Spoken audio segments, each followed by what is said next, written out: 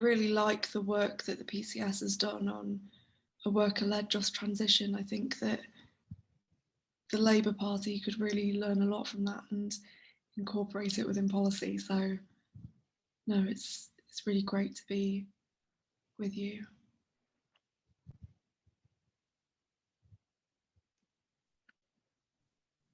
Okay, well, we've got 40 people now and it's 8 past, so I think I'll make a start because 7 is quite late for a Zoom meeting. Okay, well, I guess I'll introduce myself first. I'm Robert Eagleton.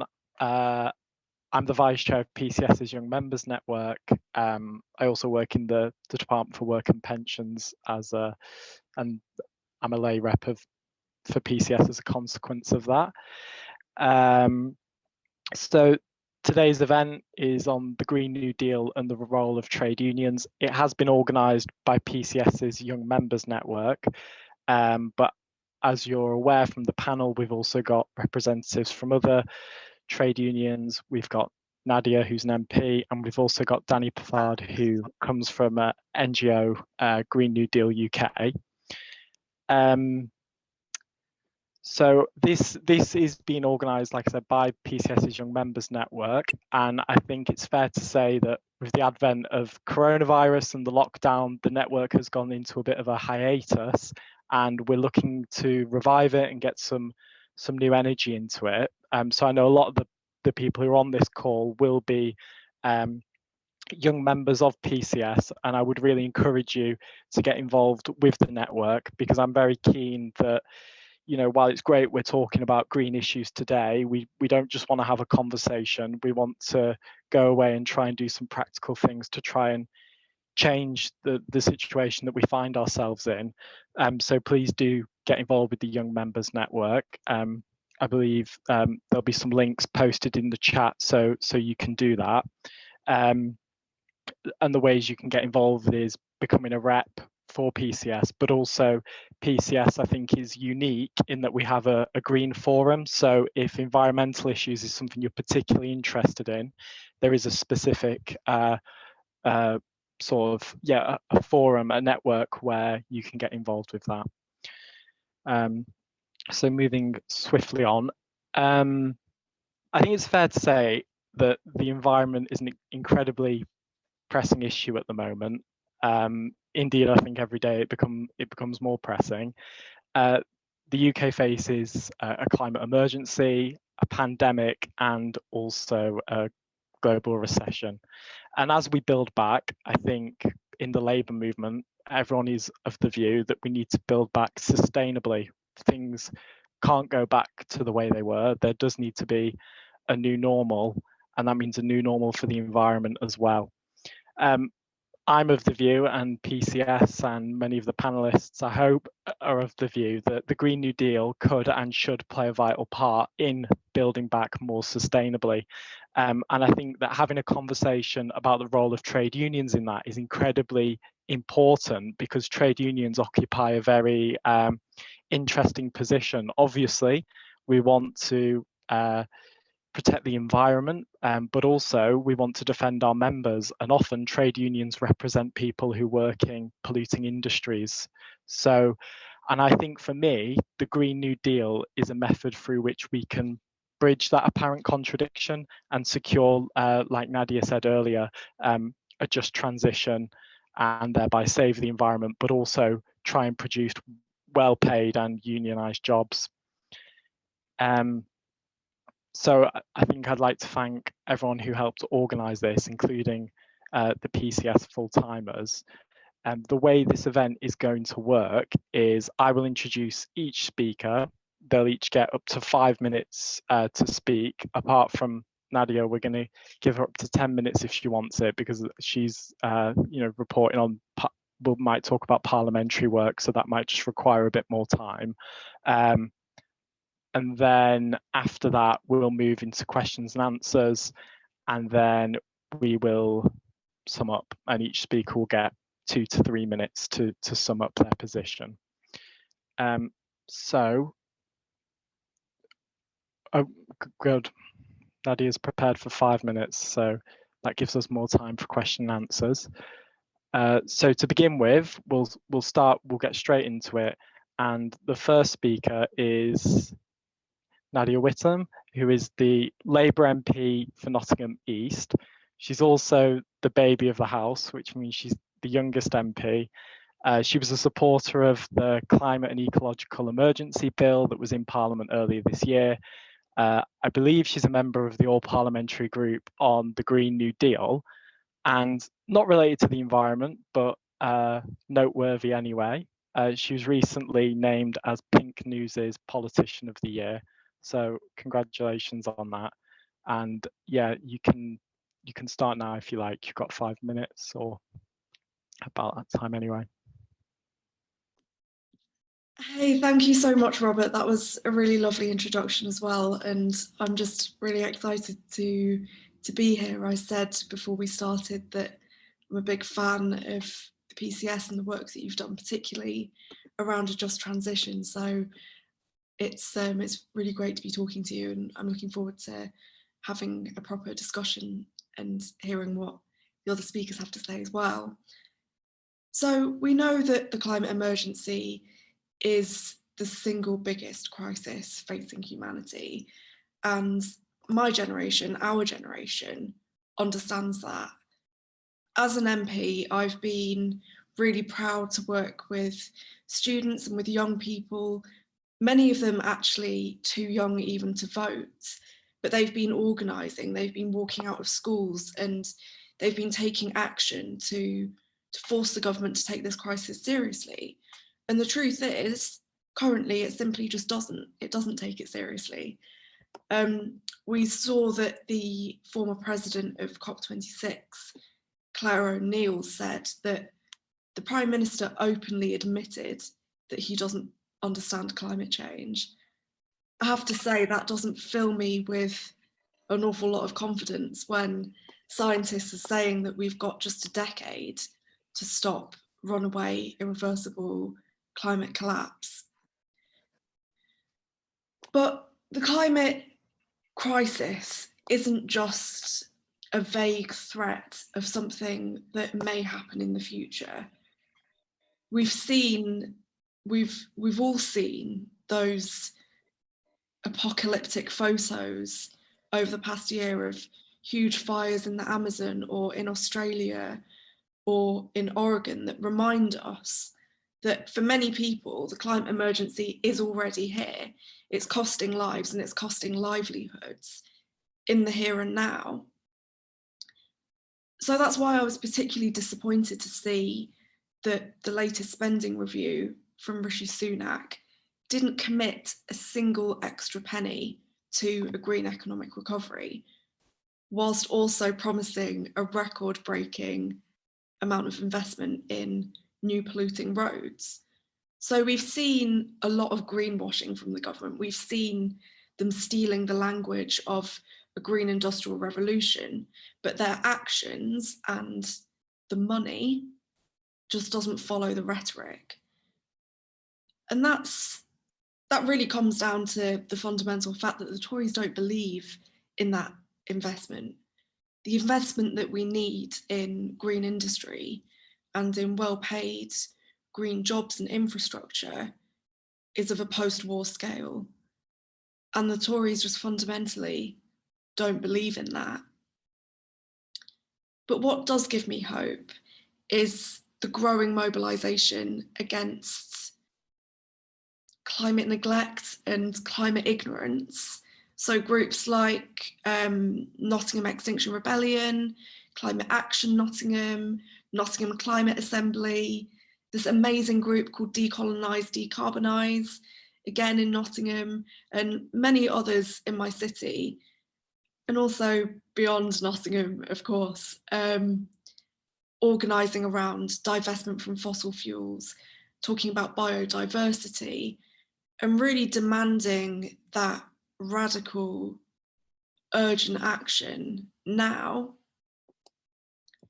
And what's really heartening is that they're not just protesting, though protest is important and does force change, but they're coming up with solutions as well. So as Robert mentioned, I'm really proud to be one of the co-sponsors of the Climate and Ecological Emergency Bill, which was drafted, in fact, by Extinction Rebellion activists and submitted by Caroline Lucas.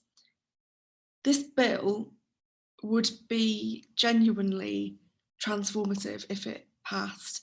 Now, we know that it has virtually no chance of passing because the Tories have an 80-seat majority. But what it does provide is a hook for us to campaign on. And that would be something that would be really interesting to talk about tonight, about how we can mobilise young people and particularly young workers in the union movement around the demands in this legislation, in this bill. So for those who haven't seen the bill, it's looking to substantially strengthen the UK's environmental commitments, including forcing the UK to take responsibility for not just the emissions that it generates within our own borders, but also overseas. So no more outsourcing the problem primarily to the global south and then washing our hands of it. Because to solve this crisis, we have to think internationally. We need international solidarity, and it needs to be workers-led, from farmers in Bangladesh to miners in Chile to Rolls-Royce workers in Derby. It has to be genuinely cross-border action and international solidarity. And that's why the government's recent decision to cut foreign aid is precisely a step in the wrong direction, whilst at the same time really taking very little from our overall spend.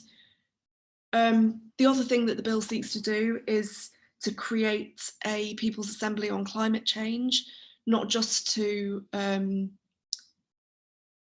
broaden the discussion about climate and climate disaster, but to ensure a just transition and to ensure that the necessary measures to stop climate chaos and target polluting companies and provide incentives for positive action rather than hitting the pockets of ordinary people. I've got no interest in telling working class people in my constituency who are working 3 minimum wage, 0 hours contract jobs that they need to shop organic. This is about, this is a disaster that is being created by powerful multinational polluters, and it can't be paid for by working class people, particularly in the global south, but in the global north as well. And that brings me to one of the important points that I wanted to make today. If climate activism is seen as a white middle class hobby or a form of culture war with very little relevance to the lives of ordinary working class people, then we're doing something very wrong.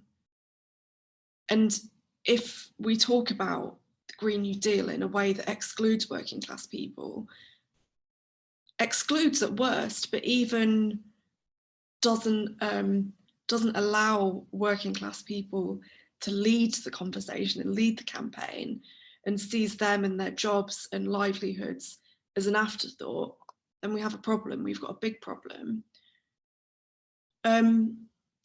Creating green unionised jobs shouldn't just be an abstract statement that we like to throw in at the end. That needs to be at the very heart of our climate policy. And that's why I was proud to stand at the last election on a manifesto of creating 1 million green jobs. But I'm also concerned that some of that messaging about jobs, about improving people's living standards, at the same time as having a habitable planet, just isn't cutting through enough. And that's why we need trade unions leading this fight, as the PCS has done so admirably over several years. And Labour needs to work with those trade unions, not just to say we need a just transition and then leave it at that, but to present a detailed, credible plan for what that just transition looks like, how it's going to protect jobs, or, for example, how it's going to bring back manufacturing, green manufacturing, to areas that haven't had any sometimes for decades, like areas around Nottinghamshire.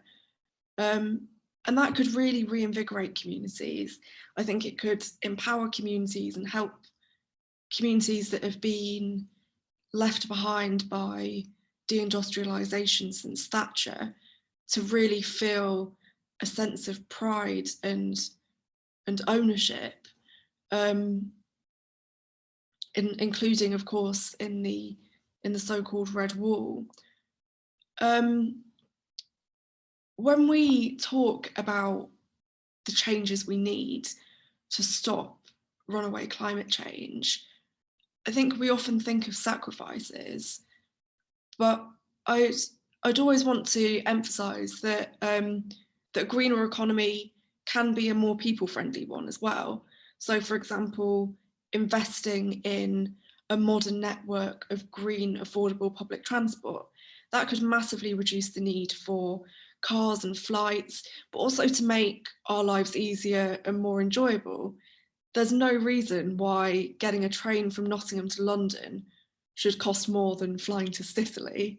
And I'm sure that many car owners, I mean, some people need a car, but many of us who have cars would happily give up the pleasure of standing in traffic if we could take cheap, reliable transport via bus or train instead.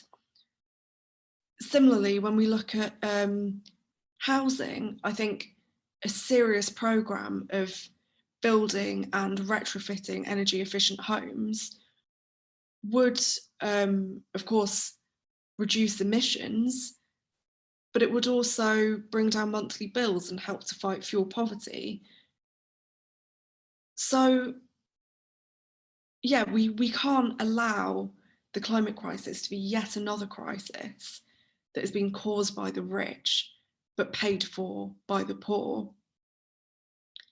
And a Green New Deal for the planet can and must be a new deal for working class people at the same time, and should be led by working class people as well.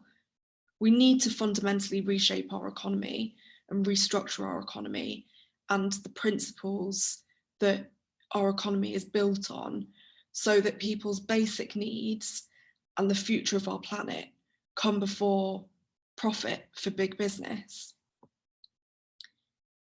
It's pretty sickening that in a world where the 26 richest people own as much wealth as the poorest 3.8 billion, and the world's richest 1% cause double the CO2 emissions of the poorest 50%.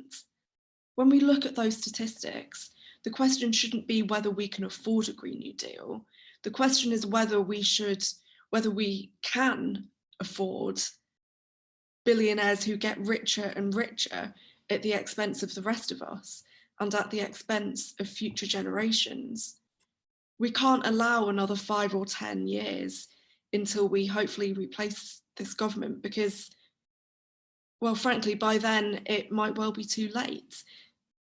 It's what we do in this decade that's really going to count. So we need to be taking action now, and we need to be pressuring the government to act now.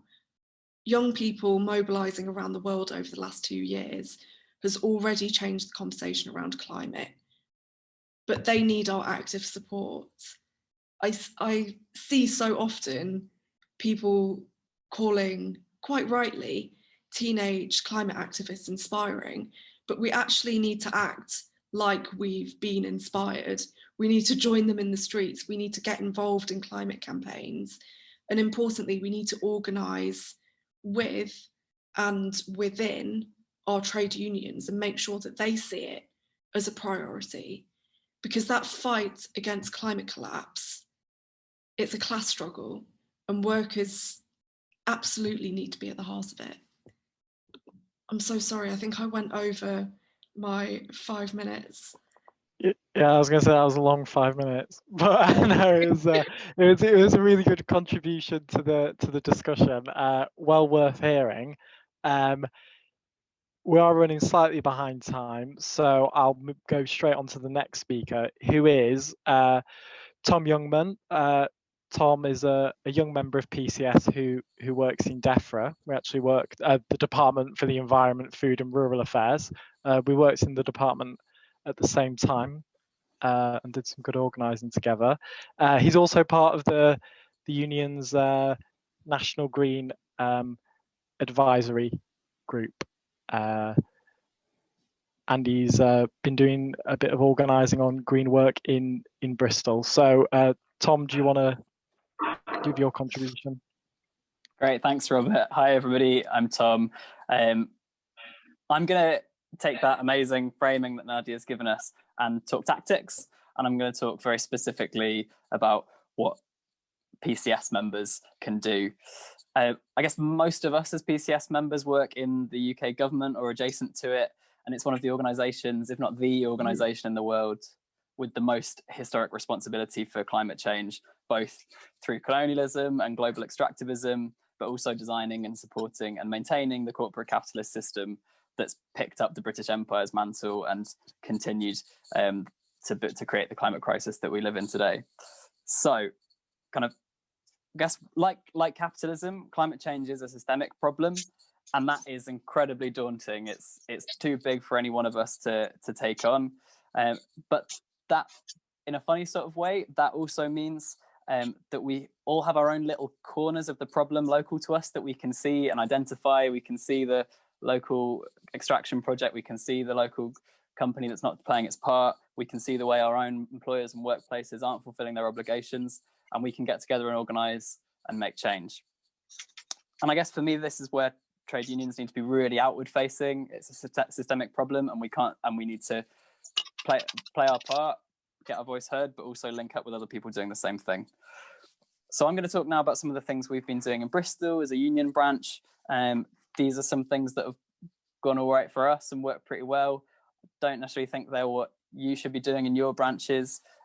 You'll know your territory and where you're organising, and it's going to be specific to you, but hopefully there's some ideas to get you started. So some of the things we've done. Firstly, we've looked at the terms and conditions under which we're employed, and we've looked at some of the ways they could be changed to promote greener choices. And I guess some of those sacrifices that Nadia was talking about, rather than asking for our colleagues to make bigger sacrifices, we're asking our employer to change terms and conditions so that those sacrifices are smaller or non-existent. One of the really concrete ones is we've worked with Possible, a climate NGO, to draw up a proposal for extra days leave to travel over land to go on holidays rather than flying, because as Nadia's explained, it's cheaper to fly than travel by train. It's ridiculous. Second thing that we've done is we've gotten into regular negotiations with our building managers. That's a place where a lot of emissions are happening in our workplaces, both in the way that they enable or disable us to travel, and in the way that that their energy efficiency, waste management, all of those issues. By getting into those regular monthly meetings and starting to levy demand after demand, we've started to make some progress there too. Third, I guess one of the things that went really well for us was just reaching out to our local climate strikers, offering our support. Feels like a small thing to just get the backing of Union Branch and say, tell your local climate strikers that you're behind them, but they received it really well in Bristol. I guess as things we built on from that, we got two local climate strikers into the office to explain a bit about what they've been doing and why. Just really great experience having 30 or so people working on environment policy, sitting tight and listening to 14 and 15-year-olds explain how they've been kicking butt over the last year. And I guess we built from there towards mobilising people to walk out of the office when the climate strikes were on, culminating in about 70 people walking out of the office in Bristol when Greta Thunberg was in the city in March, so recently. I guess be ready to respond when events happen, and that, for those of you who are used to union organising, will know that means trying to find ways to be ready to get around the bureaucracy and not worrying too much, because that can hold you back. I guess one example of that is the day the statue of Edward Colston, the slave trader, was torn down in Bristol. Great day for Bristol, but crying shame it didn't happen sooner. The day that happened, we emailed straight away to our permanent secretary about something we'd known about for a while, which is that DEFRA and the Environment Agency specifically controls a weir called Colston Weir, and kind of by being ready to respond in the moment and demand things at a moment when our management was weak, that got a commitment from them to start a process that they're in now, which is consulting the Environment Agency, Black, Asian and Minority Ethnic Network to decide how to rename that weir. I guess 5 is just to start engaging with your local council and push them to take measures. One thing we've done is Bristol setting up a clean air zone, so taking air quality measures. We've gotten our local council cabinet member for transport in to explain that, along with other local campaigners on air quality, to engage the 800 or so people that work in our building who will all be inside that clean air zone and what's going on, get them to feed in so that it works the best it can, and kind of build support for more urgent action. And kind of as a big local workforce, we can have a really positive voice to play there. Number 6 is taking a stand in other local struggles. So for us in Bristol at the moment, that's all about Bristol Airport expansion, and PCS has been a really critical voice there. Kind of our aviation group, which represents workers in the BAA and the Civil Aviation Authority, among others, has spent years developing an incredibly robust position on a just transition in the aviation sector.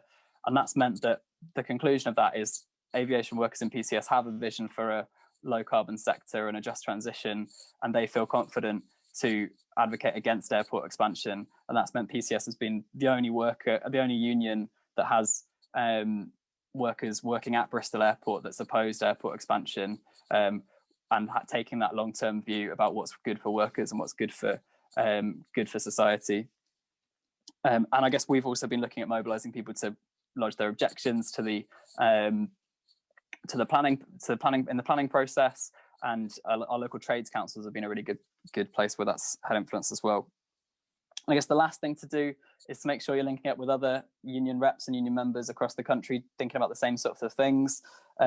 If you drop an email to green@pcs.org.uk, you'll reach our incredible, legendary National Green Officer, Sam Mason, and she can get you on the mailing list where you can see all the different things that different people are doing and different call outs for action. And there's an annual Green Forum that I think there's been loads of links shared there.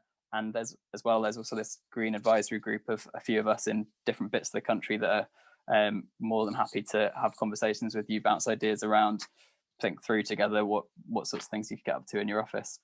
So those are my seven points. I'm going to stop there. It's been very practical, hopefully. And yeah, looking forward to continuing the conversation in a bit. Thanks, Tom. Very punctual. And yeah, it's great to hear about the practical things that people can actually do in the workplace to try and avert the climate catastrophe that we face. Our next speaker is Robert Maisey from the RMT union. Robert works for London Underground, and he is the political education officer of the Paddington 1 branch. I think Robert is probably one of the most intellectual and incisive people I've ever met. So no pressure, Robert, but I'm expecting a pretty good contribution from you. Hello, everyone. Firstly, PCS, thank you very much for having me. It's a real pleasure. Yeah, my contribution is more trains good, and that's the end of my presentation. That's the RMT position on this. But I also want to say to Tom, what a wonderful classic trade union position. The solution to climate change is more annual leave for my members. Big fan of you of that. But okay, so before I get to the position of trade unions, and if I start to run out of time, Chair, please just cut me off and I can put some of the stuff at the end to the closing remarks. I sort of want to set us on a kind of sound theoretical footsteps, a kind of sound theoretical position, because it's not just investment in green new jobs we're talking about, it's economic planning, right? And economic planning is like a core concept of the socialist movement, which I think we've left behind somewhat. And if we can't really get our heads around what it is we're really asking for, we're not going to be able to enunciate our demands clearly. They're going to be only so many slogans, which I think is a problem that we in the, socialist movement, those of you that feel that are of the left, I think we often get to this point where we have a moral kind of invective, but not a clear picture in our head of what we're really asking for. And so I kind of want to put this to you. When we talk about capitalism, we know that it will produce what is profitable, even if it's harmful, and it will not produce what is useful if that is not profitable, right? That's one way of looking at capitalism, and a particularly important way of looking at capitalism from the point of view of the environment. But the advocates of the free market system, which we have now, would say that if something is profitable, it must be useful. And if something is useful, it must be profitable. So the logic of free market economics is entirely circular. And the logic of the environment is one which doesn't fit into that circular logic, right? And so we're dealing with people who we can't often talk even on the same terms of reference. So I think the environment and the climate crisis and the way that polluting industries are the most profitable industries in the world. And, Nadia Whittam talked about, you can't force working class people onto an organic diet. Sometimes what's good and right to do is actually the least profitable option. So environmentalism really poses a problem when you try and insert it into free market economics. And I think this sort of idea that we have to talk about real economic planning outside of market economics is what makes us socialists. And I think that's what sets us apart as well from progressives.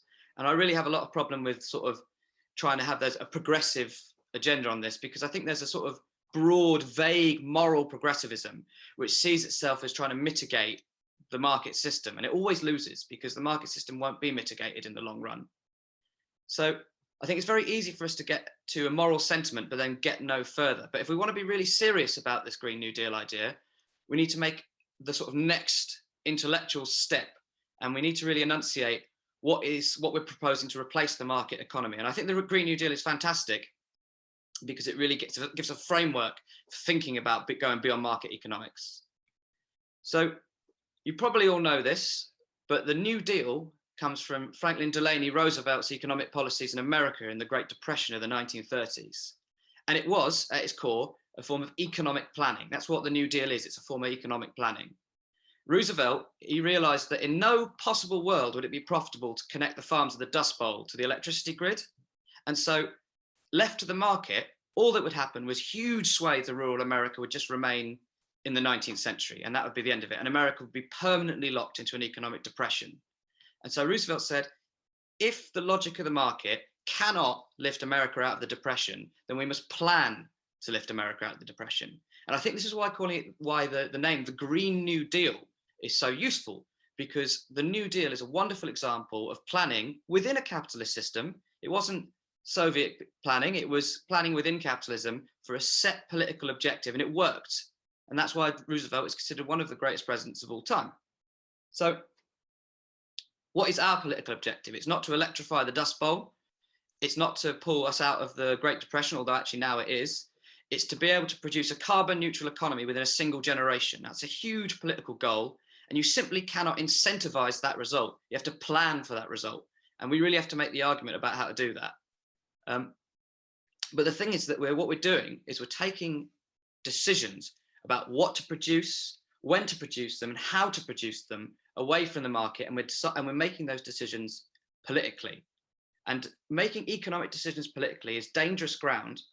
And I often feel, particularly with the Labour Party, I'm a Labour Party member, we will make these sort of demands, but then when faced with the logic of sort of the free market kind of advocates who make up the political kind of mainstream, we're not able to say how we would really follow up on these kind of demands outside of the framework which they set.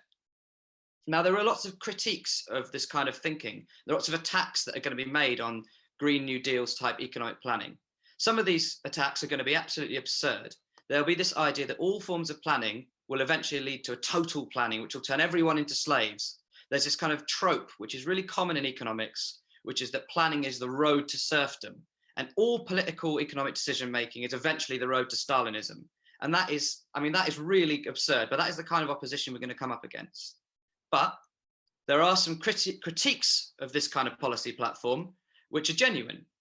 You know, it's all very well to demand a million green new jobs, and I support that. It's all very well we demand that we build wind turbines, but how can a bureaucrat, quite far away often from what they're trying to do, have the right information to make those decisions, you know, effectively and profitably? How can someone who has a political intention really respond to the facts on the ground? And obviously, I'm probably not going to have enough time to finish my bit about trade unions in this part, but that's obviously where trade unions can come in, and we'll come back to that. But how am I doing, Robert, for time? You have gone over, so if you want to come back, I'll wrap up here, and then what I'll do is in my closing bit, I'll come to how trade unions can help provide like a really important interface to provide some of the information to policy, government, and planning, so that we don't have to use the market signals to do it, which are clearly failing us and clearly won't deliver our objectives in the time we want. So I'll leave it at that, and I shall pass back to the chair. And thank you very much for having me. No, it's great to have you, Rob, and I don't think you're disappointed with that contribution either. Our next speaker is Danni Paffard, who is Head of Organising at the Green New Deal UK. Danni's an experienced campaigner on not just environmental issues, but also social issues as well. So I think she'll definitely hear what some of the other panelists have said about making sure that any transition is a just transition. So Danni, if you want to unmute yourself, you can make your contribution. Hi everyone, thank you so much for having me. Yeah, I'm Danni. I am currently Head of Organising at Green New Deal UK, which is kind of a relatively new organisation kind of set up to build the social and political conditions and the movement in support of a Green New Deal.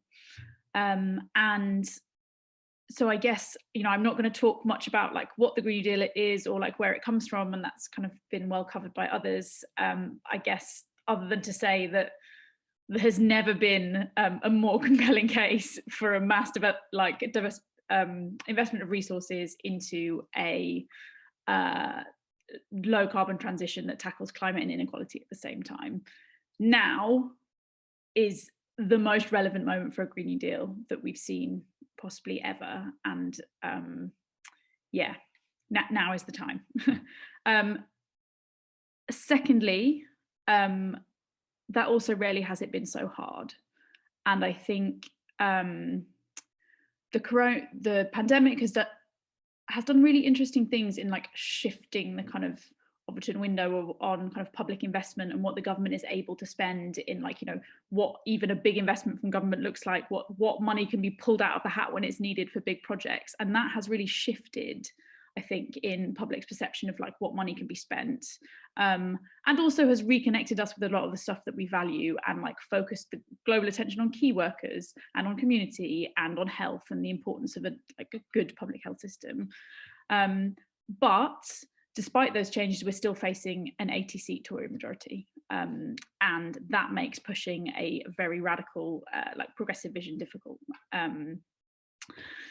So at Green New Deal UK, so we set up in November just before the last election, and we see in order to get a Green New Deal, we need to be, number one, like building the active base of the movement that is campaigning and pushing for a Green New Deal.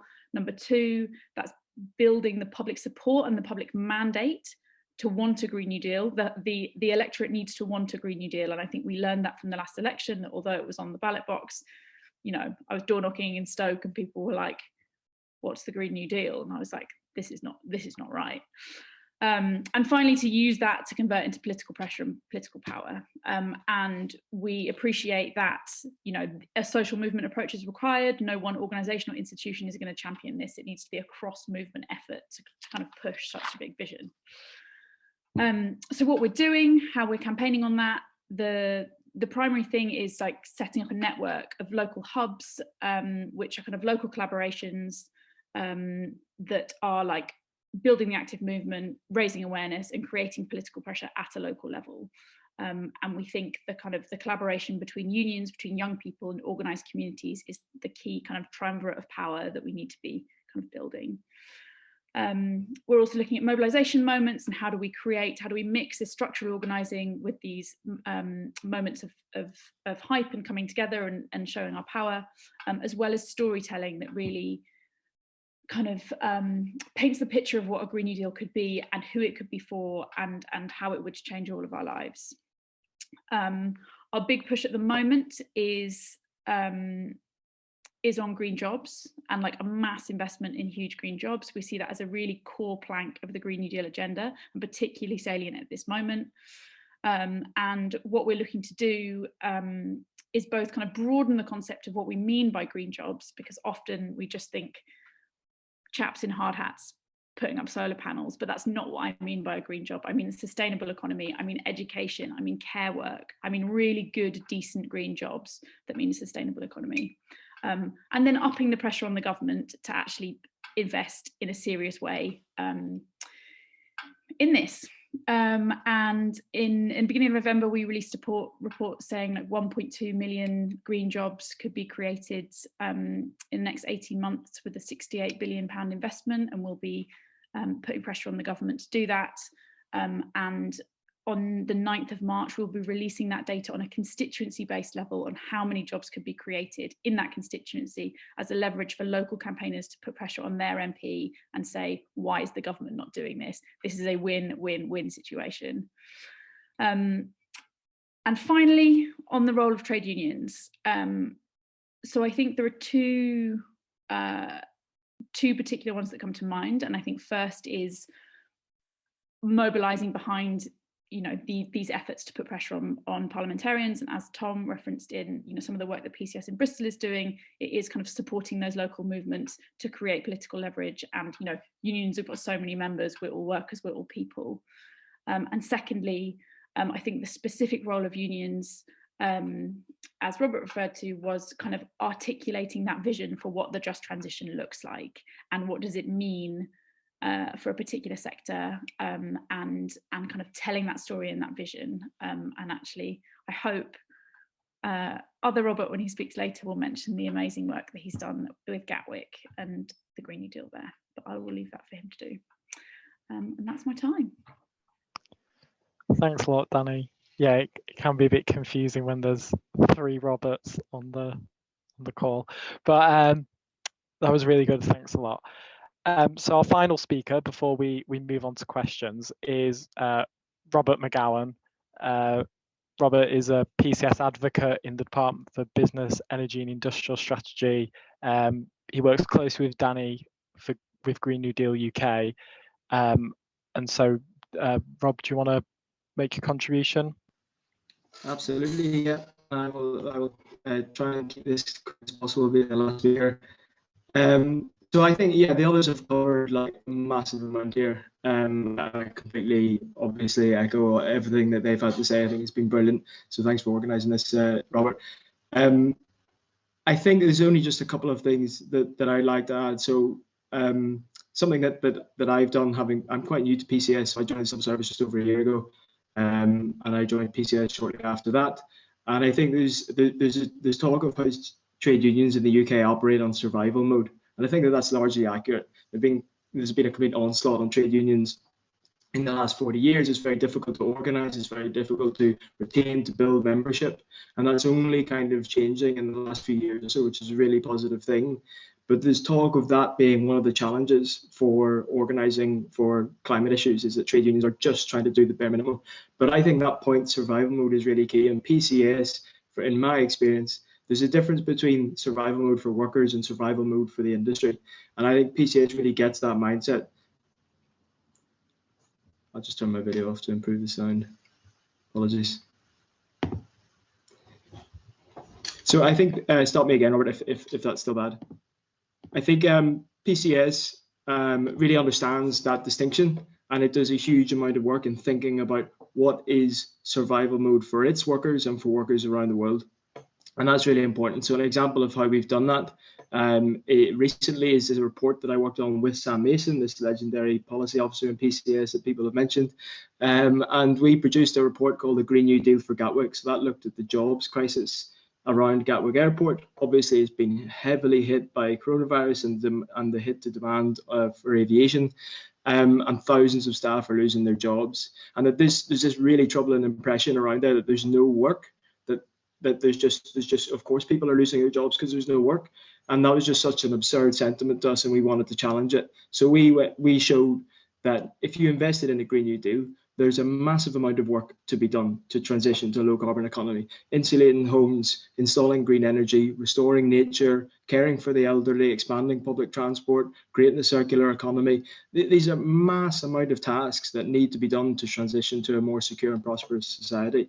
And we find that aviation workers in particular had like a really useful set of skills that could potentially be put to use in those different types of jobs if there were a just transition that was designed by those workers. And we were able to show that would create 16,000 green jobs in Gatwick and the surrounding area. And the cost of that to create and sustain that work would be less than half the airport's share of the annual tax break given to UK aviation, less than half. So when people talk again about Nadia's point about their, how can we afford a Green New Deal? How can we afford a tax break that size to an industry that's causing such destruction for the benefit of a very small number of people?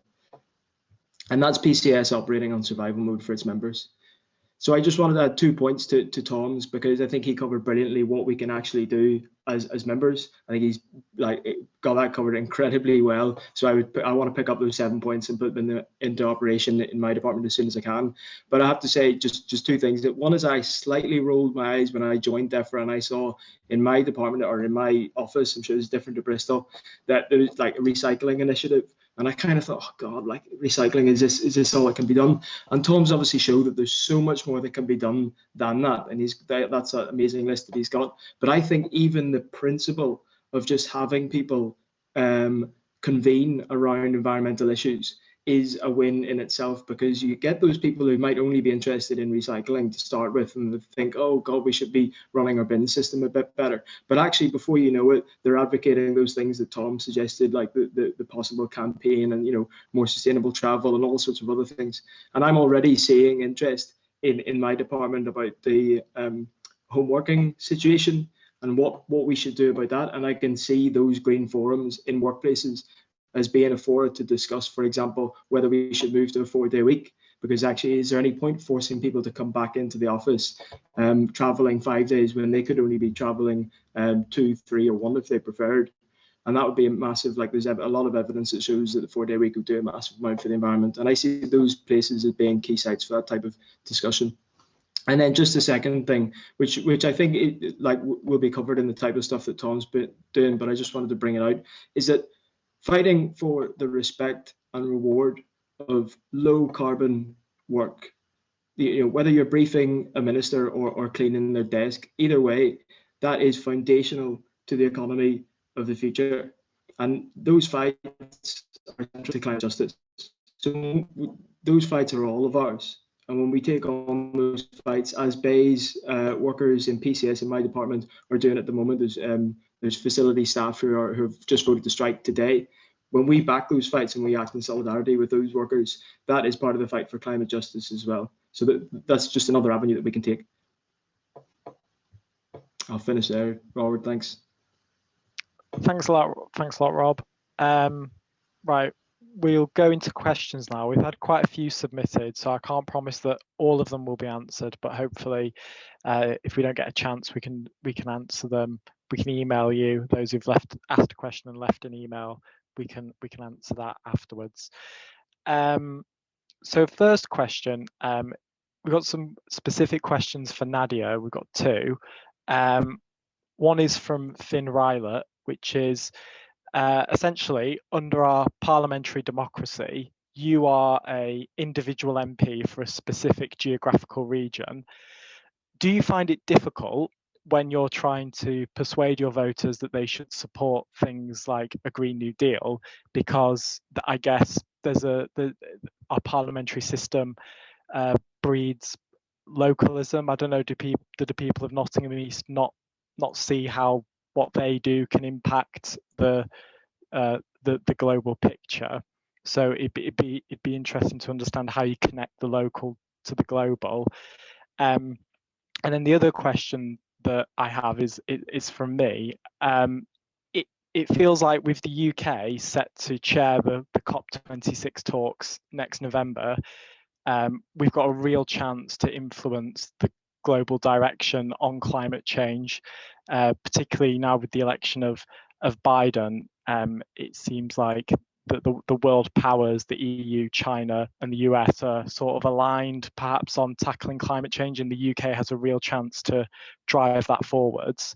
As an opposition MP, do you think that the way to do this is perhaps to adopt a constructive opposition approach, as Keir Starmer has done with coronavirus? We know that the government have brought forward some environmental targets to 2030. So is it best to work with the government, or do you think actually it's the reverse is true? It's perhaps better to be a bit more confrontational and try and force the government to go further. And if you could try and be brief in answering those, because we have got a lot of questions, I'd really appreciate that. Thank you. I'll be super brief. Thanks, Robert. On COP26, this is really the last chance saloon for the UK and for us to show leadership. But also, as I said, it's what happens in the next decade that will really decide the kind of planet that we have left to live on in future decades. So we need to be putting forward some credible, clear, concrete proposals for adaptation and resilience. And we need to be listening to organisations like Natural England, for example, who are talking about biodiversity and nature-based solutions, which the government is saying that it's listening to. But when you look at where the money follows, it just doesn't. On whether we should be constructive or confrontational, I don't think it's either or. Obviously, we want the government to do its job and to take radical action on climate breakdown. But the fact is that we're on track to miss our 5th and 6th carbon budgets, both before 2030. So there is a huge amount that needs to be done to decarbonise and to also implement nature-based solutions. Finn, your question about the local and global, I mean, I think, to broaden your question a bit, that we need proper democratic and electoral reform.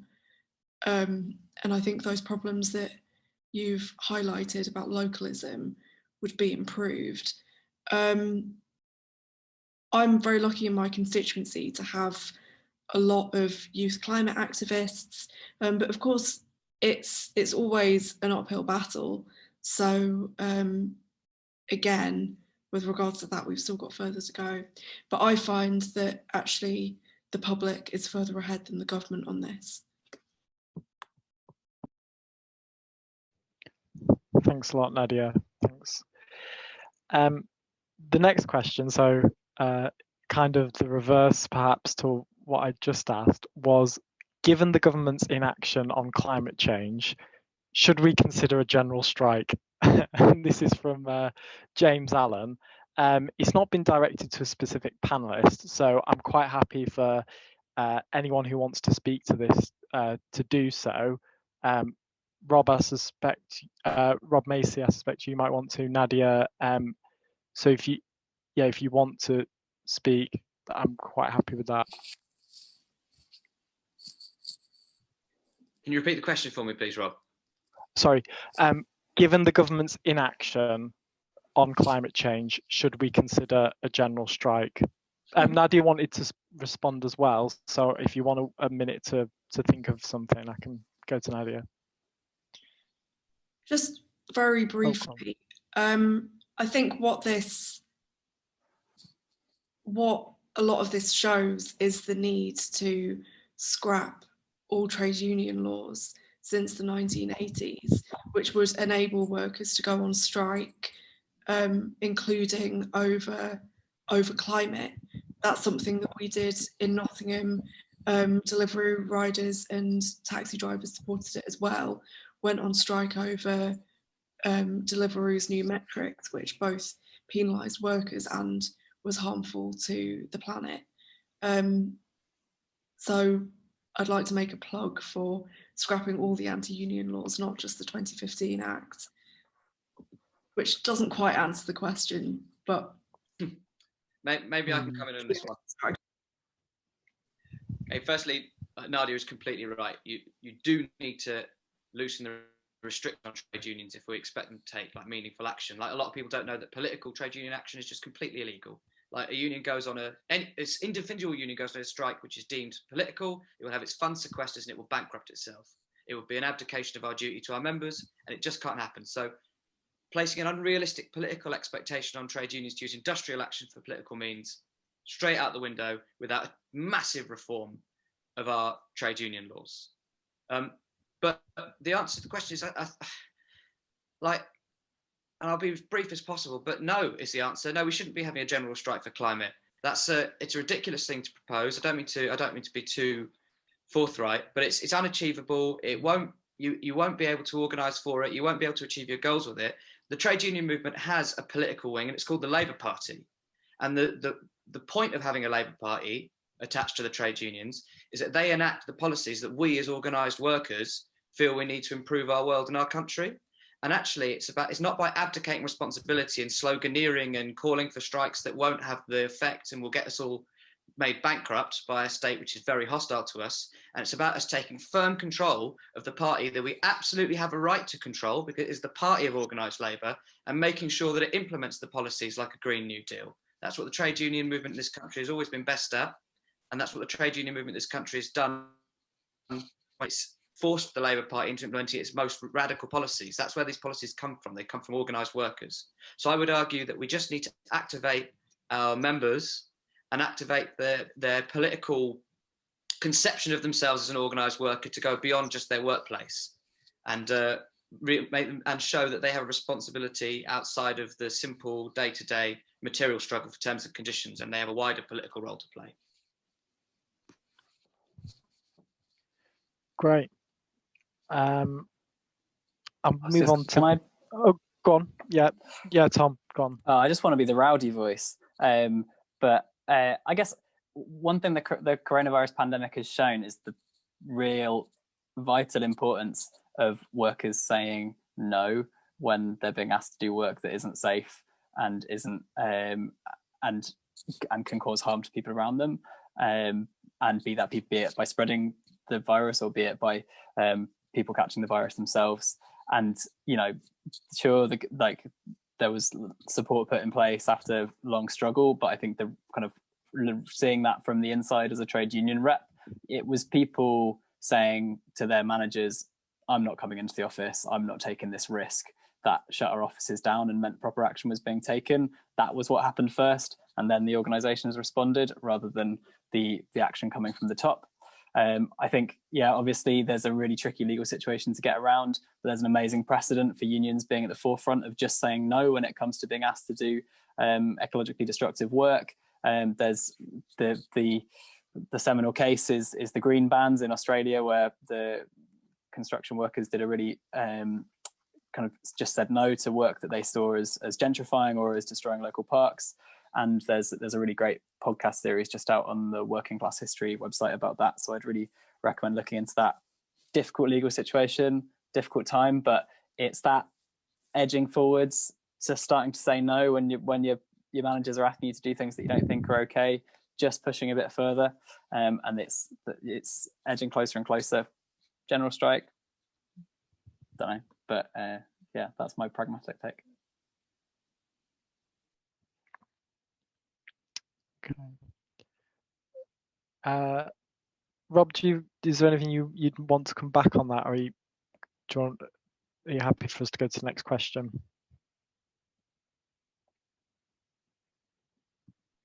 Which of the many Robs are you referring to? Oh, sorry, Rob Maisey, you. No, I'm fine. Thanks very much. Okay. In that case, then we'll go on to the next question. These are two specific questions for Danni. One of them is from Adam Blunden, which is, how in the UK can we emulate the success of the Sunrise Movement in the US? For those of you who aren't aware, I believe the Sunrise Movement, it was a political movement of young people that organised politically to put pressure on senators and politicians to implement environmentally friendly policies. And the other question, and this one comes from Christopher Hall, is many people cannot afford the transition to green cars and electric boilers, and therefore should the government subsidise these? So Danni, if you want to answer those two, I'd be very grateful. Yeah, certainly. I'll go the first one first, the Christopher. If we, should people be made to pay for boilers and electric cars? And no. And I think the whole point of like the Green New Deal and the kind of planned economics, as Rob Maisey was saying, was this is about like creating the infrastructure that makes those decisions for people much easier. We're not going to get out of this mess by people making individual decisions and sacrifices. And like there needs to be a program of support that means no one is out of pocket in changing their boilers or like switching how they travel. And I think the really important part about the Green New Deal for me is that it's about the environment, but it's also about equality. And like this is the moment where we tackle these two problems together, because ultimately lots of the root causes are the same. And so I think, yeah, absolutely no way should that be putting people out of pocket or disadvantaging people that are already disadvantaged. The Green New Deal should be actively targeting those people who've been most marginalised by capitalism to make this transition. And secondly, how can we emulate the success of the Sunrise Movement, who are just so wonderful and inspiring? And yeah, I have quite a big crush on them. And I think some of the things that they've done really well are like powerful kind of hounding and targeting of political figures to support the Green New Deal. And they work exclusively with young people. And so I think some of the things that we are going to do to try and emulate that is developing a MP pledge, so that for the Green New Deal, and figuring out what it means for an MP to kind of publicly back the Green New Deal, and using that as the kind of marker for support. And then that gives a kind of in point for people to build their kind of constantly escalating campaign around and kind of winning that support from that MP. And yeah, secondly, we're starting to do kind of roll out more trainings similar to the Sunrise Movement, and particularly going to be working with lots of young people in specific places to kind of develop their capacity as campaigners to kind of really up the ante in kind of key political seats. And yeah, I think that's how we're going to do it. We'll need to have a few kind of crunch moments, identify those big kind of crunch moments coming up, and kind of really do big mobilizations around them. It's been like interesting in Corona times trying to figure out like what is the right thing to do. But I hope the CVs action in March, with people lining up outside their MPs' offices with their CVs for jobs for the future, will go some way to kind of creating that buzz. Thanks a lot, Danni. So the next question we have is from Jake Whitehouse, and it's on: would universal basic income form part of the Green New Deal? I think this is quite a pertinent question because we're talking about how we need to move away from production for the sake of production and producing things. And I think some of the speakers have touched on perhaps the transition to a 4-day week. So I think with this one, I'm going to ask Robert Maisey, would you like to offer a view on this? Yeah, I'll couch my contribution to this in saying that there is a debate to be had in politics at the moment about universal basic income and the politics of work in general. I think also tied in with things like the 4-day week, which you mentioned. So I'm going to give a view, but it's a view caveated with the point that there is discussion that we do need to have here. I am very firmly against the idea of a universal basic income because for reasons relating to those that I set out in my initial pitch, it's a politics of consumption fundamentally on a market economy. And it's all very well taking like a utopian view of UBI and saying, oh yes, but if we had like universal public services as well, it would be like a great win for people. But that's not what UBI will be. It will be helicopter money of the Milton Friedman variety, which will be a way of fully marketizing every aspect of our entire lives. It will be a subsidy to like a total market economy. And I think we've got to be really, really careful about handing the current state the keys to saying, well, we don't need to have universal education anymore, universal health. We don't need to have public services because you've all got money to spend. And I think I think universal basic income is exactly the wrong way of approaching this. And actually, Robert, I've got to disagree with you. We don't need less of a politics of production. We need more of a politics of production and less of a politics of consumption. And I think UBI is a politics of consumption. And what we need, and what I'm talking about when I talk about framing things in terms of economic planning, it's about a more democratic, collective decision-making on how we produce things, what we produce and when we produce them. And so I'd be much more in favor of talking about building green industries, how we distribute if we build, you know, a green energy infrastructure, we should talk about how we distribute clean, free energy. Now that's something that isn't marketized, that would be universal and would make people's lives much richer and freer without having to turn everything into a slot machine. So I think we should focus more on ourselves as producers and a democratic view of how we reconstruct the economy rather than talking about things like universal basic income, which will end up just being the road to total marketization of everything, in my view. And quickly, Andy Beck asked if I support HS2. I support 100% of the national GDP being spent on trains at all times. There are probably different ways that I would have planned HS2, and there are different routes that I would have planned, but as far as I'm concerned, it's more jobs for our own team members and it's more public transport, and they could pump even more money into it and I'll be perfectly happy. That's the kind of basic income I'm talking about. Just pay loads, build loads of trains. Okay, is that the RMT position then on the UOB? Okay, do any of the other panelists want to come back on this question, perhaps offer a defense of universal basic income? Or Robert, could I come in very quickly? Yeah, of course. And it's all right if I pick up the question, the one from Alan there as well, just sort of while I'm at it. Yeah, that's fine. So yeah, just I think on UBI, I don't want to get into an argument on UBI, but just as a potential counterpoint to Robert's, I would broadly be in favour of something like a UBI. I completely understand his argument. I think it's a good caution against like UBI as panacea and introducing UBI in the economy structured as it is today. But I think under very different circumstances, which is the purpose of something like a Green New Deal, there is potential for something aligning, something looking like a UBI. But for me, yeah, it would definitely need to come with something that people call universal basic services. But obviously, like, yeah, there's an argument between those two things. But for me, they kind of come hand in hand. But on Alan's question about UK emissions target, I was actually going to mention this in my intro 5 minutes, so I thought I'd just try and pick it up. The government has increased its so-called ambition to 68% reduction of emissions on 1990 levels by 2030, and it waxes lyrical about how this is one of the most ambitious targets among major economies. There are 4 reasons why that's not really as ambitious as it needs to be at all. Wealth of the UK, it's the 7th richest country in the world. and that wealth is highly concentrated and among a small number of people who tend to emit many times more emissions than the rest.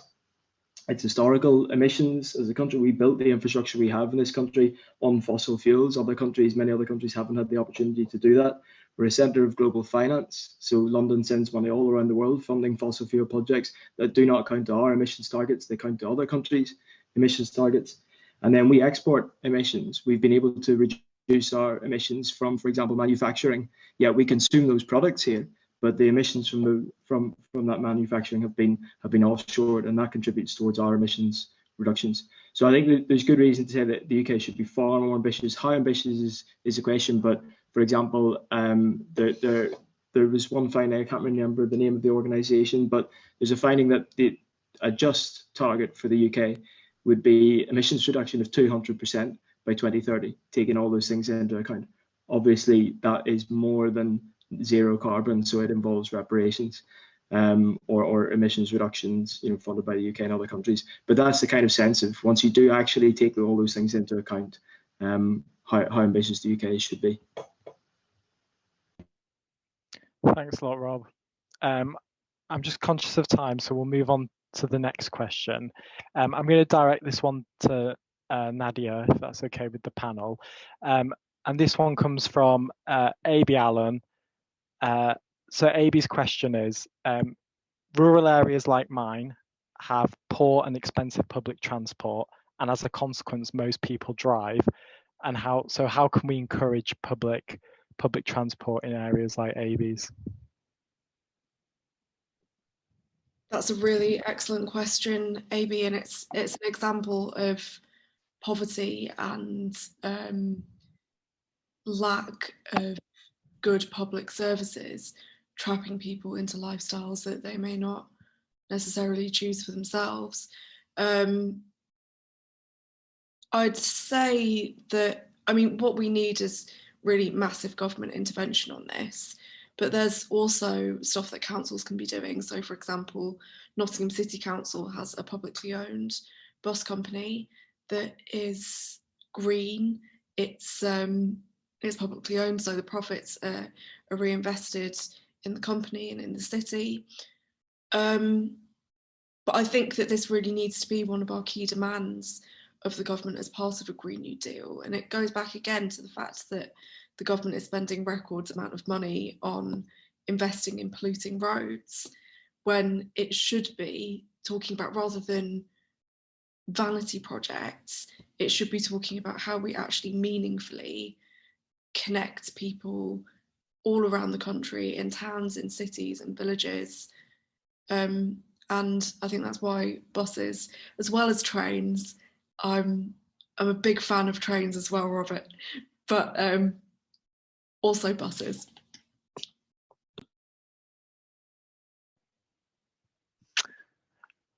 Okay. Rob, just very quickly on that. It'd be rude not to, wouldn't it? Go on, Rob. Would just to the person who asked the question about rural transport links, it's really important, because this is the kind of detail which is where our demands start to fall down. Are we expecting our public services to be profitable? Are we expecting there to be a bottomless subsidy for these things?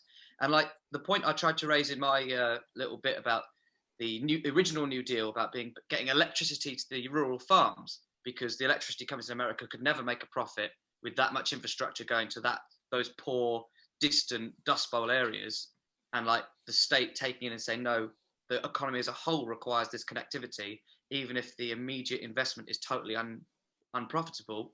Those are the kind of challenges that the Green New Deal are going to be facing.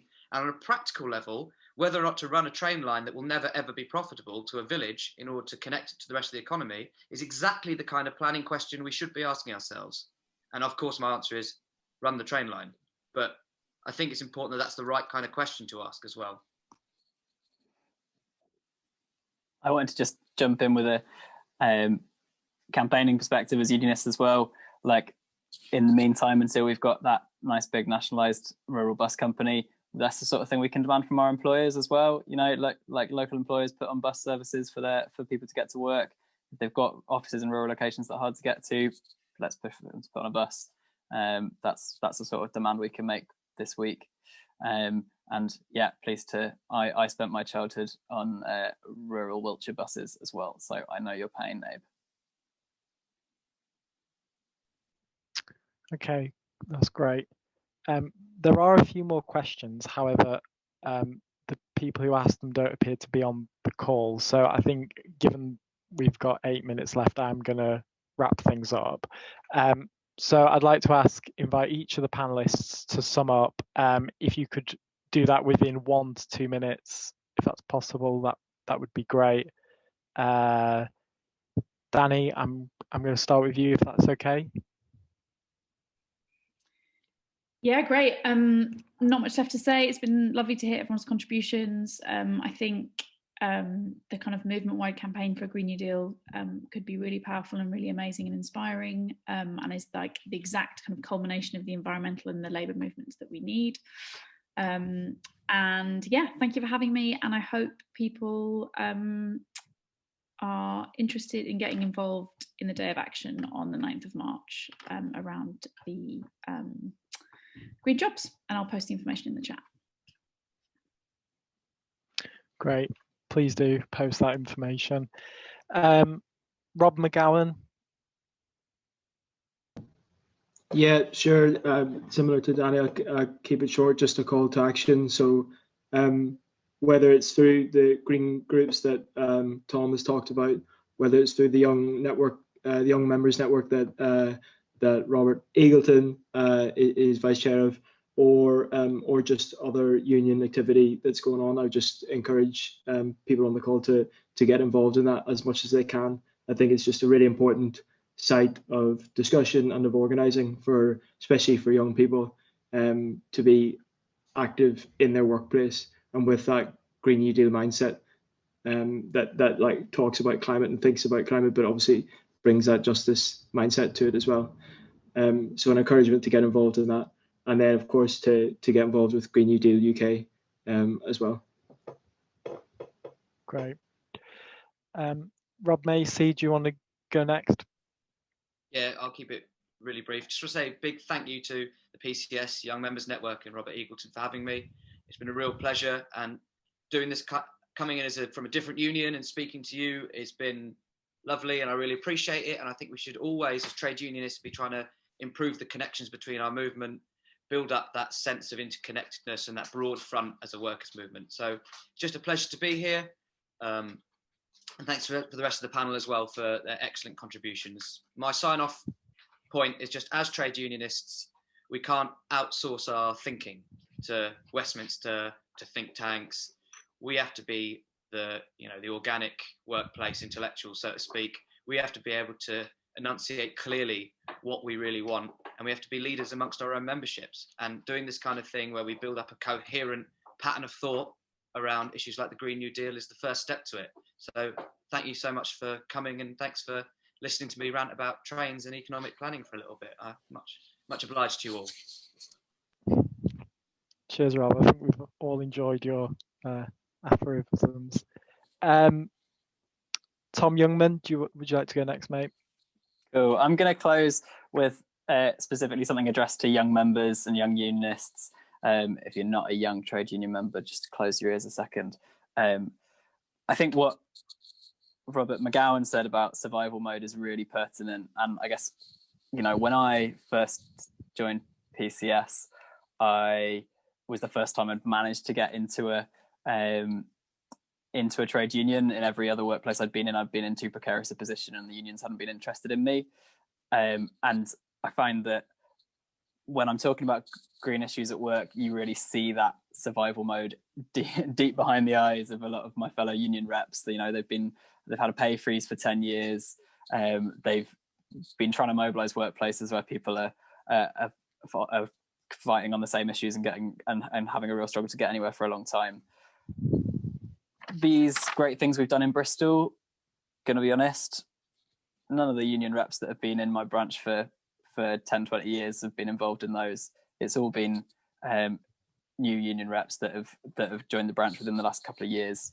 And we've had the support where we've needed it. We've had key allies along the way, but I think this has been the thing that's really brought growth to our branch, brought new people through, and by organising together and as young members and starting to take the reins of our union as well, and of our local branches, we've been able to really invigorate things and liven things up. So yeah, I think people are going to give you negative responses when you start talking about this stuff. They're going to say we've done it before and we've tried it before and we don't want to do it.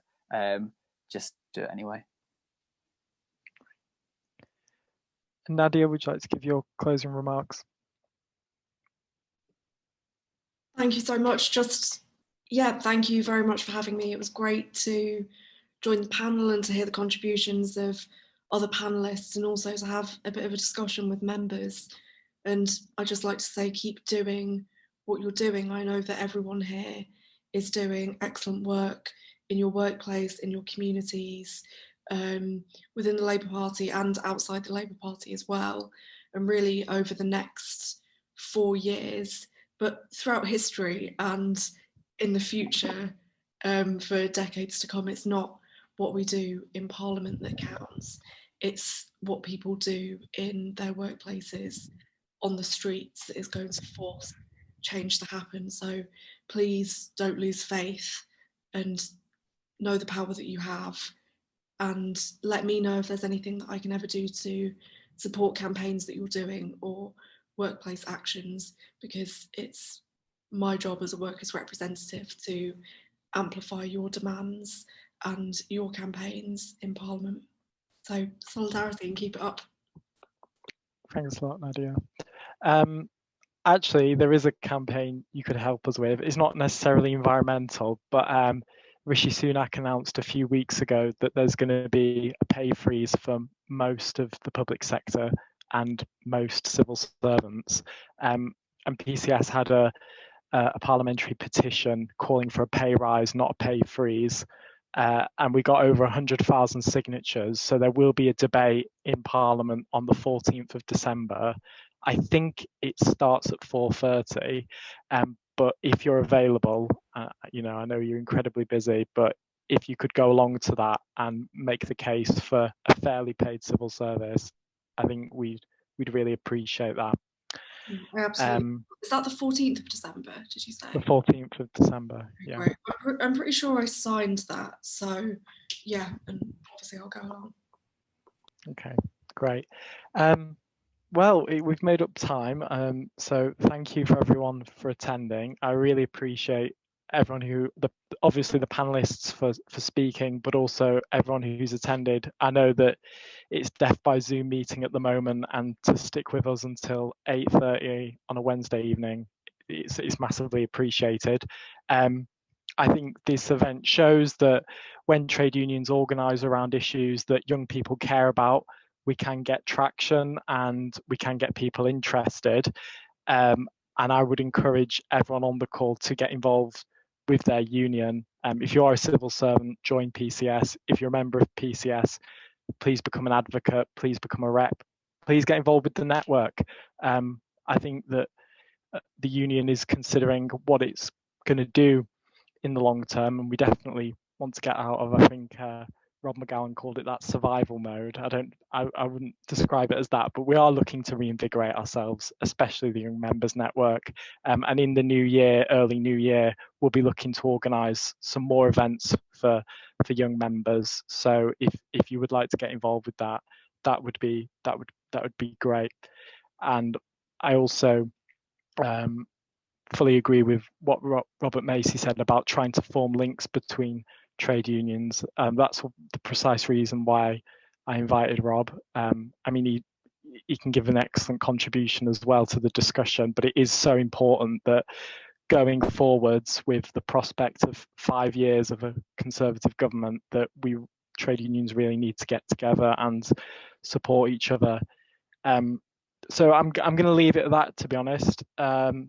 I think we've had a really fascinating conversation. Like I said, I appreciate everyone for turning out, and yeah, have a good rest of the week. And in the new year, get involved with when we come out of the lockdown and pandemic, get involved with your trade. We'll get involved now, but get involved with organising and fighting back. Thanks a lot, everyone. Thanks for organising. to. Thank you so much. Cheers. Have a good night, guys. Thanks. Thanks, Robert. Nadia, Danny, Robert, and Robert.